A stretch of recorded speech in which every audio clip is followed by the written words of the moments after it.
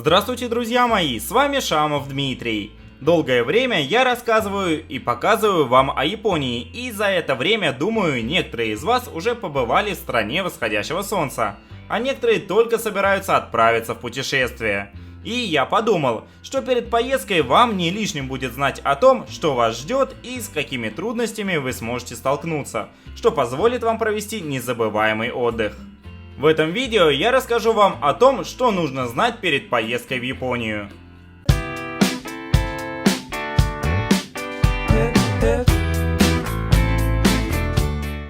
Перед поездкой в Японию вам стоит основательно подготовиться, тогда ваш отдых пройдет на ура.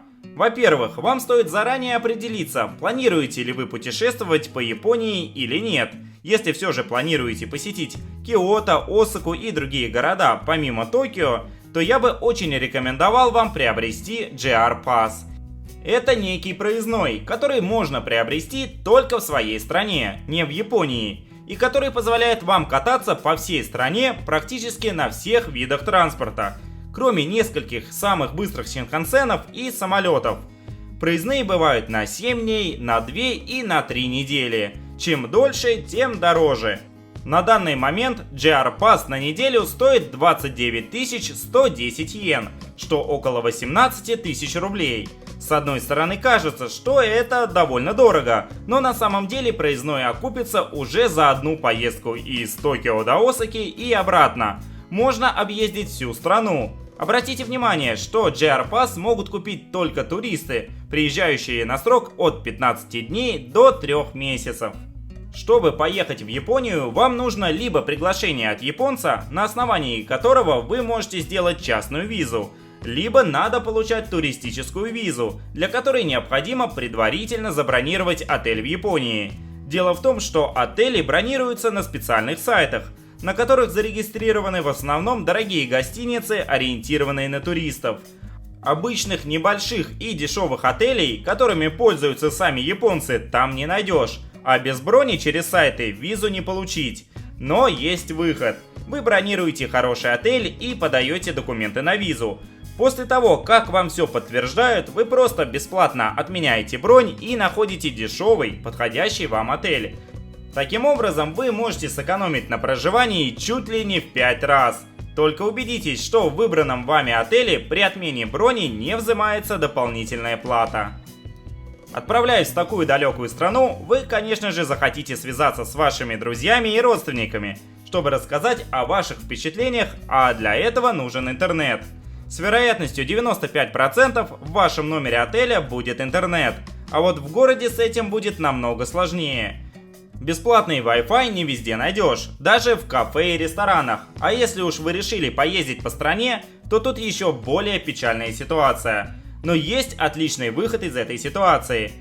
Прямо в аэропорту Токио, после того, как вы уже получите ваш багаж и выйдете, перед вами будут стоять множество стендов, предлагающих мобильный Wi-Fi. Выбирайте понравившийся и подходящий по цене, и все. Теперь куда бы вы ни поехали в Японии, с вами будет интернет. Средняя цена около $3 в сутки, а возвращать его нужно прямо в аэропорту, когда будете улетать. А поверьте, интернет в Японии вам уж очень пригодится. И прошло то время, когда все японские телефоны были словно инопланетные изобретения, а зарубежные мобильные вообще в стране не работали. Теперь же вы спокойно можете приехать с вашим относительно современным телефоном и купить в автомате сим-карту. Но все же советую для звонков и связи использовать интернет и мобильные мессенджеры, ведь это дешевле. Японцы очень плохо говорят по-английски, поэтому не стоит рассчитывать на какое-то продуктивное общение. Советую перед поездкой изучить хотя бы японские азбуки и основные фразы, которым я опять же научу вас в последующих видео. Если вы будете использовать эти знания, а также пользоваться словариком, чтобы, например, перевести незнакомое слово или фразу, то общение пойдет куда проще, и в ресторане вы хотя бы будете понимать, что именно заказываете. Друзья, также тщательно планируйте время, когда вы хотите посетить загадочную страну Японию. Лето тут невероятно жаркое, и не каждый сможет его нормально перенести. К тому же, хоть в Токио и нет больших и страшных насекомых, но они есть в других префектурах, особенно на Окинаве, поэтому вам, возможно, подойдет больше осень или весна. О насекомых в Японии я расскажу в одном из следующих своих выпусков. А о сезонах страны восходящего солнца вы можете посмотреть по ссылке в описании или по аннотации на экране. Если вы везете с собой в Японию камеры, ноутбуки, планшеты и другую технику, то вам стоит знать, что розетки отличаются от привычных нам. В Японии напряжение в сети 110 вольт, а вилки не круглые, а плоские. Вам стоит приобрести переходник, который продается на любом радиорынке или в магазине электроники, а также проверить, чтобы ваше устройство работало при напряжении в 110 вольт. И наоборот, будьте аккуратнее, покупая технику в Японии, ведь она может не работать при 220 вольтах. И еще пару советов, которые помогут вам сэкономить в Японии. Не стоит пользоваться такси, потому что оно дорогое. Лучше садитесь на метро. Опять же, иногда бывает, что по карте ехать далеко и дорого, а на деле можно дойти пешком совершенно бесплатно минут за 15. В Японии рестораны и кафе стоят просто один на другом, и, к счастью, тут цена почти никак не влияет на качество еды и обслуживания. Не стоит ходить только в дорогие места, потому что зачастую высокая цена складывается из-за оформления, размещения и известности ресторана, а не из-за вкуса.